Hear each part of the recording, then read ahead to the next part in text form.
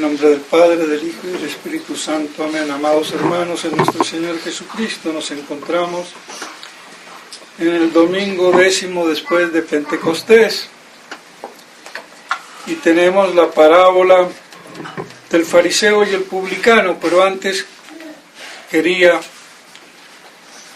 no dejar pasar la fiesta de la Asunción de Nuestra Señora el 15 de agosto, que pasa desapercibida por ser un día laboral más, aunque trasladando la fiesta al lunes de los famosos puentes de Emiliani, que justamente sería un judío cartagenero o judaizante por lo menos, para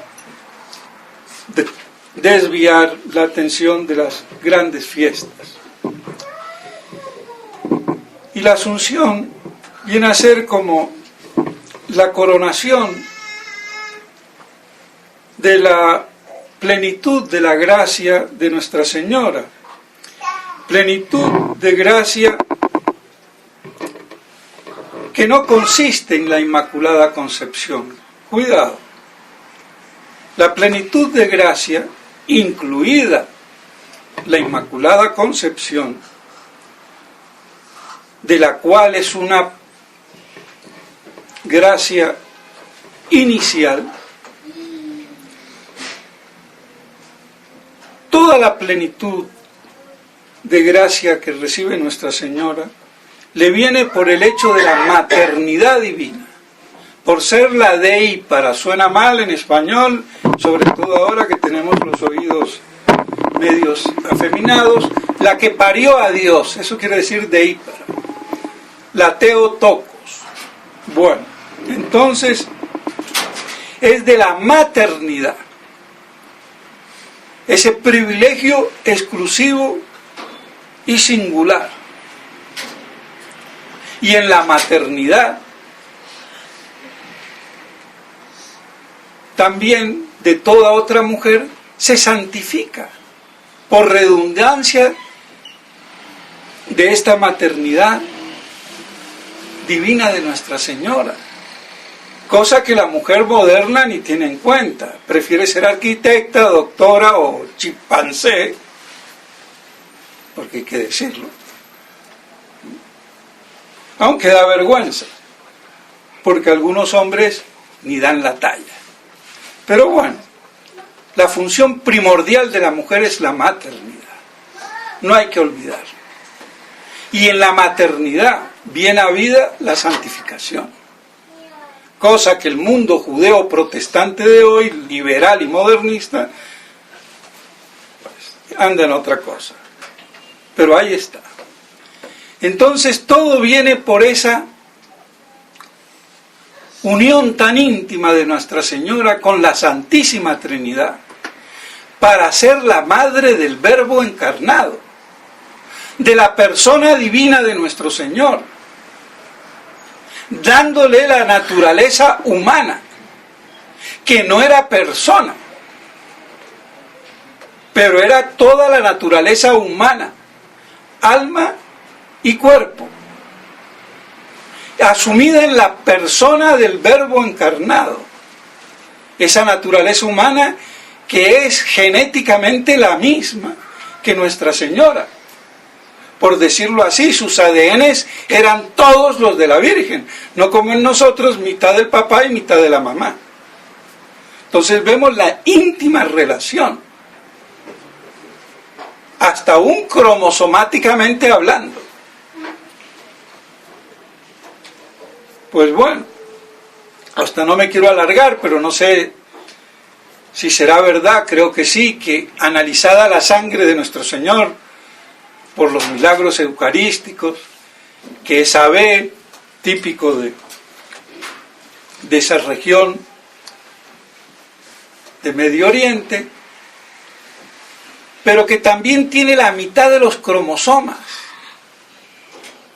porque como no hubo cromosomas masculinos, entonces esa sangre tenía la mitad de los cromosomas, o sea 23 en vez de 46, creo yo que son 46, ¿no? Mitad y mitad. hasta en eso. Pues bueno, entonces de ahí viene toda la plenitud de gracia, y esa plenitud de gracia inicial es la de la Inmaculada Concepción cuando se constituye como persona. Y aquí no voy a entrar en la cuestión del momento, pero hay que saber que no es lo mismo generación que la concepción de la persona. Porque genéticamente, cromosomáticamente, biológicamente, al ser nosotros por vía de generación, venimos de una gestación biológica de vida humana que tiene un desarrollo para que esa materia, ese plasma humano, tenga la capacidad de recibir la forma que es el alma que Dios crea en el momento que le infunde a esa materia. Y ahí se constituye la persona.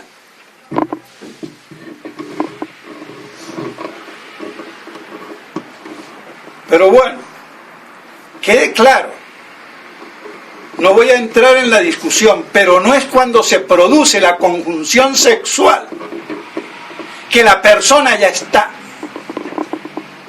Porque un óvulo y un espermatozoide no son, aunque se unan en ese momento, la materia orgánica apta para recibir la forma, como no lo es ni la madera si está verde, para recibir el fuego. Se tiene que secar. Entonces, tiene que haber una mínima disposición, porque el alma es la forma y el acto del cuerpo orgánico, apto para recibirla. Y por eso entonces la famosa discusión en el momento, y que ahí vienen los cuentos. Pero para que nos demos cuenta, biológicamente, dos mellizos monocigóticos, es decir, que forman una sola mórula,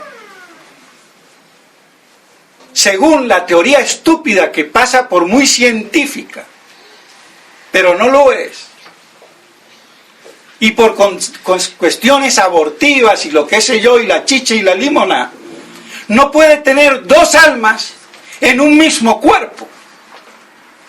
Tiene que por lo menos haber un instante posterior y división para que cada parte tenga el alma. Entonces eso nos da la idea, por lo menos, que no es tan instantáneo e inmediato como nos los quieren hacer ver. Pero bueno, de todo esto, quede claro que entonces la plenitud de la gracia cuando Nuestra Señora es constituida persona, plenitud que se acrecienta, porque es una plenitud de sobreabundancia de Nuestra Señora, cuando hay la encarnación, y esa plenitud aumenta cada día, y en la Asunción es la plenitud final, donde resucita inmediatamente, casi después de una dormición, porque fue una muerte de amor, tan breve que se la considera como un dormir de amor para despertar, asunta en cuerpo y alma a los cielos, coronándose como reina y emperatriz de ángeles y de todo lo creado, por ser la Madre de Dios, y gozando de la beatitud eterna, su beatificación gloriosa. Entonces vemos todo el significado y la injundia que resume la Asunción. Y entonces, Es así como ella en su Magnificat exulta todo esto. Y aquí quiero hacer una aclaración. ¿Cómo es que Nuestra Señora en el Magnificat habla del Salvador si ella fue, como dicen, la escuela franciscana, Duns Scoto y toda esta gente que siguió la corriente rabínica judaica para explicar la Inmaculada Concepción, que no es la de la Iglesia ni la de Santo Tomás, que pasa por la cruz, porque había un débito a contraer el pecado, pero que no se produce por preservación, que es muy distinto. Alguien que yo veo que se va a caer y yo con una mano santa preservo que se caiga en la catarata. Y la otra es dejar que se caiga, se reviente la cabeza y yo voy después y lo socorro. Entonces nuestra redención es liberativa y la de Nuestra Señora preservativa. Pero había un débito que se contraía por la generación que viene de la carne de todo hijo de Adán. Y de no ser así, ¿cómo diablos van a explicar estos sabiondos cuando Nuestra Señora dice en su Magnífica: ahora pues yo os declaro,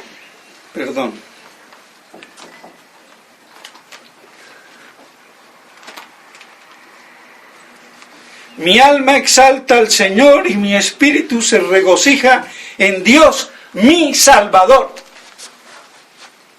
¿De qué la salva? De esto. De la preservación, por el privilegio de ser la madre. Pero si fuera como dicen los antitomistas, incluso los tomistas descuajeringados, de la falsa escuela tomista, que es más bien cayetano-bainesiana. Entonces, ¿cómo lo explican? ¿La salvó de qué?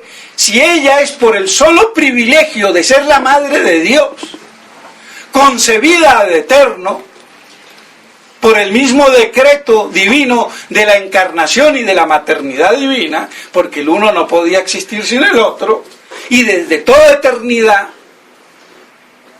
y por eso se pueden aplicar todas esas partes de la escritura, de los libros sapiensales, que son a la divina sabiduría eterna, a Nuestra Señora.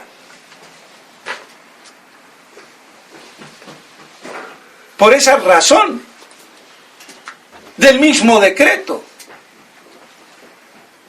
Pero si no pasara por la cruz y fuera exclusivamente por la maternidad, ¿cómo va a decir mi Salvador? ¿De qué la salvó? ¿Se dan cuenta de la estupidez teológica y doctrinal y contradicción que hay? Y en ello cae Caligula Rani y todo, que son tomistas. Cuando explican a medias y miopemente la cuestión. Y por eso aprovecho para decirlo, porque el Magnificat le da una cachetada, una bofetada en la cara. Si Nuestra Señora dice mi Salvador, entonces pasa por la cruz de modo preservativo. Nosotros pasamos por la cruz de modo liberativo. Más o menos, que capte el que pueda, creo que más o menos se entiende. Y pues bien, así entonces, con la Asunción se planifican las glorias de María hasta la visión beatífica. Porque la Asunción la lleva al cielo y ahí ya su alma es beatífica. Porque ve a Dios en alma y cuerpo. Entonces, que eso no pase desapercibido y que la tengamos a ella por nuestra abogada y auxiliadora. Y pues bien, tenemos en el Evangelio de hoy el fariseo y el publicano de la parábola, como nuestro Señor ante esos hombres que presumían ser mejores que los demás y que despreciaban a los demás y que eran muy religiosos. Los fariseos, que en un principio no eran lo que hoy significa. Los fariseos era la élite del pueblo judío, de la tradición de los macabeos, que fueron los que defendieron el culto verdadero. Entonces tienen una gloriosa tradición de cual enorgullecerse en la fidelidad a lo que hicieron los macabeos. Pero eso mismo los pudrió, el orgullo religioso, quedándose la religión en una afectación externa, incluso de buenas obras. Ayuno 2 veces por semana, pago el diezmo, a ver quién paga el diezmo. Bueno, salvo los prostolocos, protestantes, esos están aptos para todo, porque cuando a uno ya le cambiaron el chip, ya uno queda zombie, ¿no? Que es lo típico de las sectas. Y no creen en la iglesia, pero creen en el reverendo que tienen. El reverendo imbécil, que es un vivo, que... Bueno, ¿para qué seguir hablando? Pero bueno, otra cosa es lo que pasa hoy con la iglesia, que está protestantizada.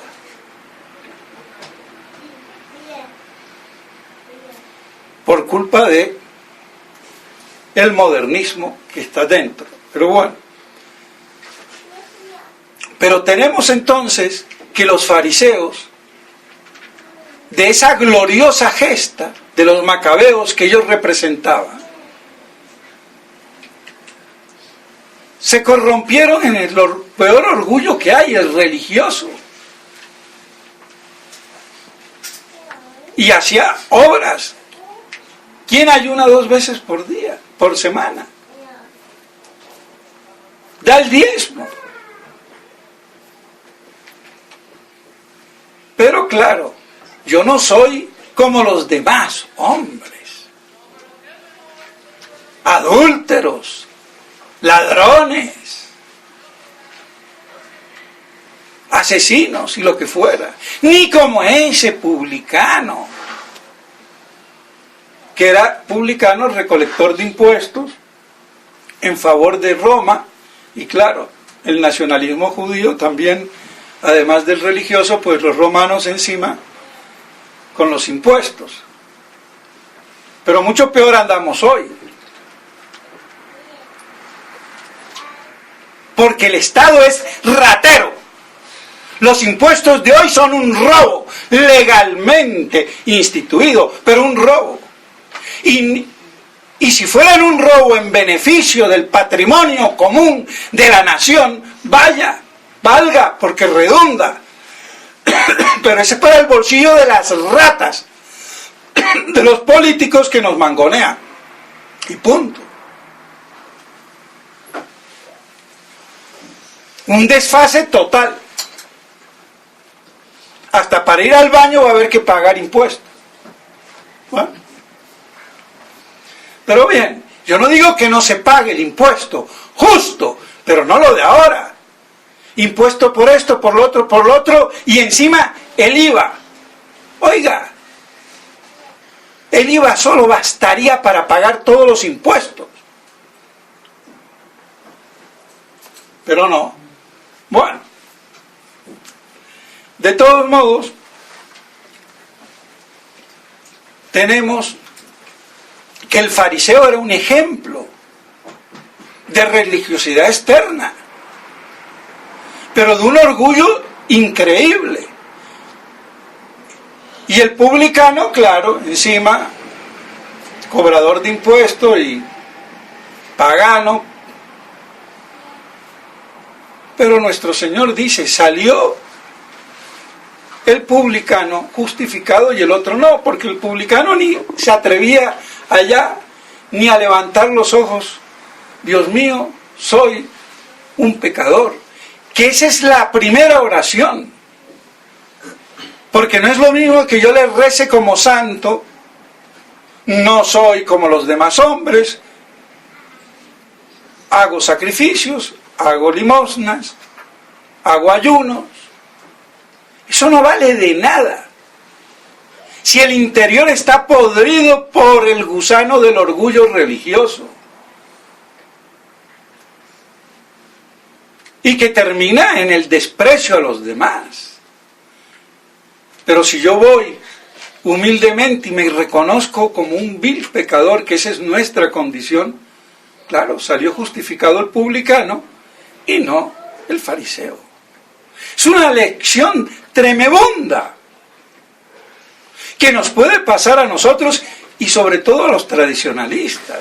Somos los macabeos del siglo XX y XXI. ¿Qué más macabeos? Es que se nos quedan enanos los macabeos. Un Monseñor Lefebvre, un Monseñor de Castromayer, es mucho más que cualquier macabeo. Y nosotros, que estamos en el mismo carro igual. ¡Qué honor! Pero ojo, si despreciamos a los demás, como hacen todos los tusistas, ojo, son ellos los puros, porque fariseo era el puritano, el puro. Y de ahí viene el puritanismo protestante, que es judaico. Y nosotros sí nos judaizamos también. Los puros del paseo. Y despreciamos a los demás. ¿Y por qué hacen eso los tuticistas? Porque hacen un dogma de fe que el Papa no es Papa, y el que no lo diga, entonces es un hereje. Imbéciles. Porque no es un dogma de fe. Es un dogma de fe que todo legítimo sucesor de San Pedro es Papa, pero no que este Papa sea el legítimo sucesor. Como es de fe que toda hostia consagrada, válidamente, contiene la presencia real, pero no quiere decir que esta hostia en particular tenga la divina presencia. Pero eso no lo entienden estos brutos animales, ni menos el doctorcito de Cuba, que se las da ahora de doctor.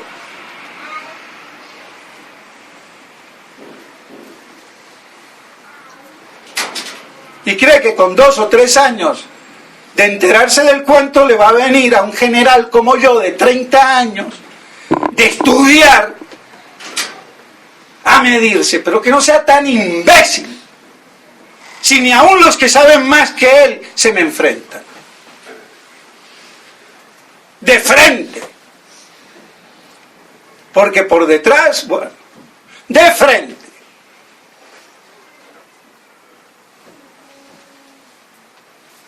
Pero bueno, entonces, ojo con el fariseísmo, con el orgullo religioso, con la corrupción religiosa.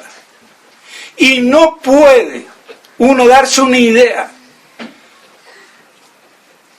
pero para que nos las demos, no hubiera habido deicidio sin fariseísmo.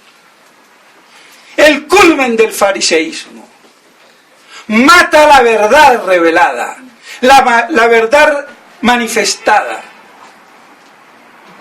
Por eso el fariseísmo culmina en el deicidio de la verdad y por redundancia de toda otra verdad.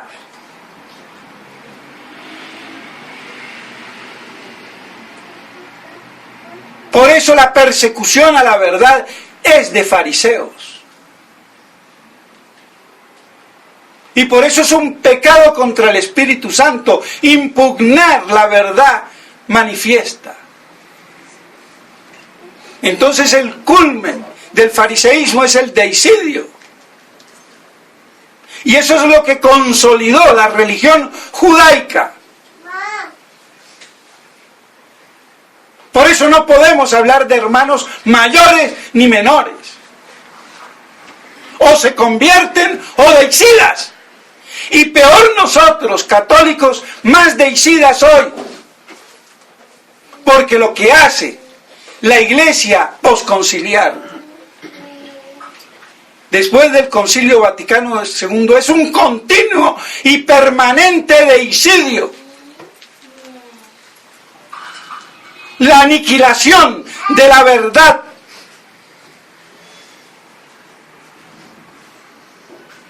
En todos sus planos, litúrgico, incluyendo la misa, de los sacramentos, de la moral, del dogma. Si no ve que ahora cualquiera se casa y se descasa.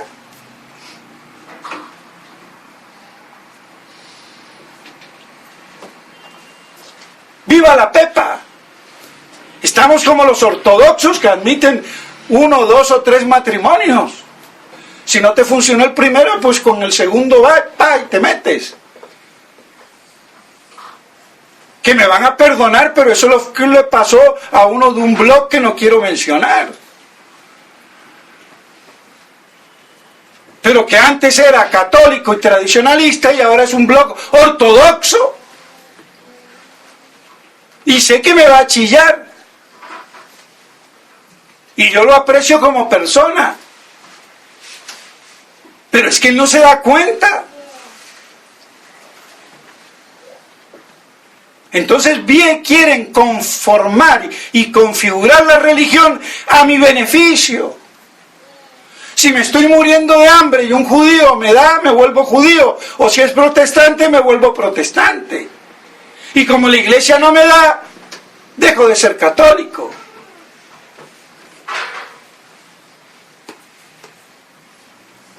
Es que la religión no tiene nada que ver con que me vaya bien o mal, me irá bien o mal porque soy un bruto, un tonto, o porque tengo la desgracia, la mala suerte o lo que fuera. Pero ¿cómo voy a viciar mi relación trascendental, que eso es la religión, con Dios?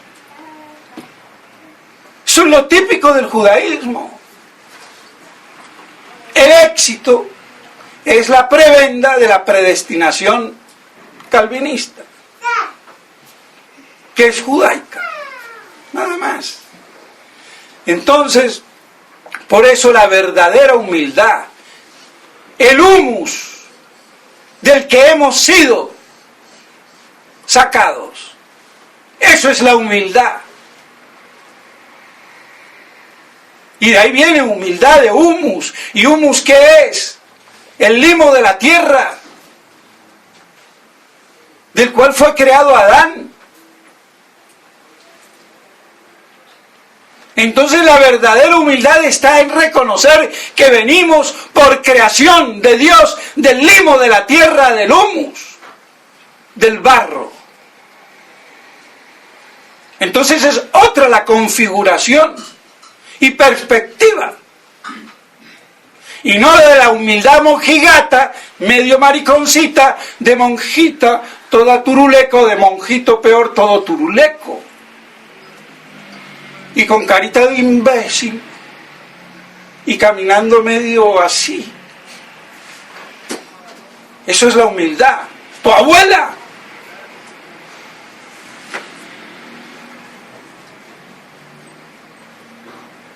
No nos olvidemos nuestro Señor en los latigazos violentos cuando se conculca el templo.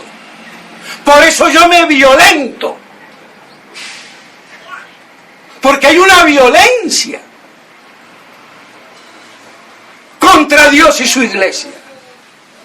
Permanente. Las 24 horas del día. Y el que está cómodo es porque no la siente ni le importa. Es porque no tiene fe en el fondo.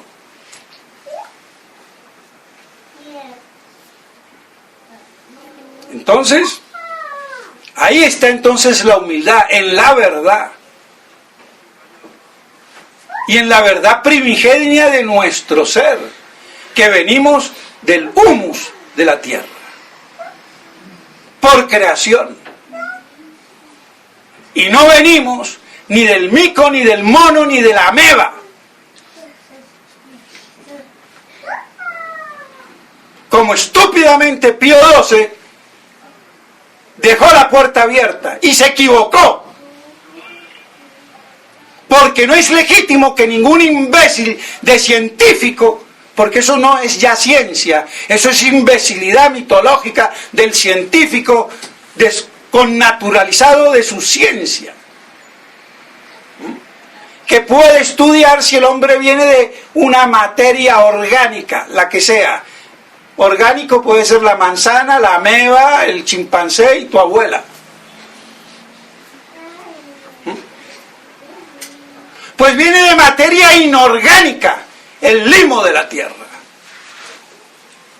Pero Pío XII se dejó ahí y bueno, y fue papa legítimo. Pero es que el papa no es cátedra cada vez que abre la boca, porque no es el Espíritu Santo. Lo que tiene es una infalibilidad participada en los justos parámetros de cuando proclama la doctrina como fe revelada, que es muy distinto, y no cuando se mete en ciencia. Pero bueno, así que lo de Pío XII es herético. Si no se dio cuenta por bobo, se salvó, pero es herético.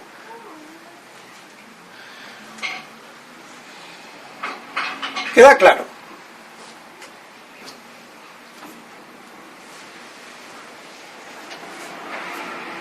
Por lo menos la formulación esa. Porque el hombre no viene de ninguna materia orgánica si no es la de la creación de Adán, del limo de la tierra, como dice el Génesis. Y se acabó. Pero bueno, entonces, por eso la verdadera humildad, no lo olvidemos y acordémonos de humildad y humus. Y esa es la actitud fundamental para que perseveremos en el bien y en la verdad. Y no seamos los fariseos de la tradición. Y no voy a hablar de los fariseos del Vaticano, porque para excomulgar, ahí se aplican. Y no excomulgan a nadie, sino a quién, a los que defienden la verdad. Y después que cada uno haga lo que quiera.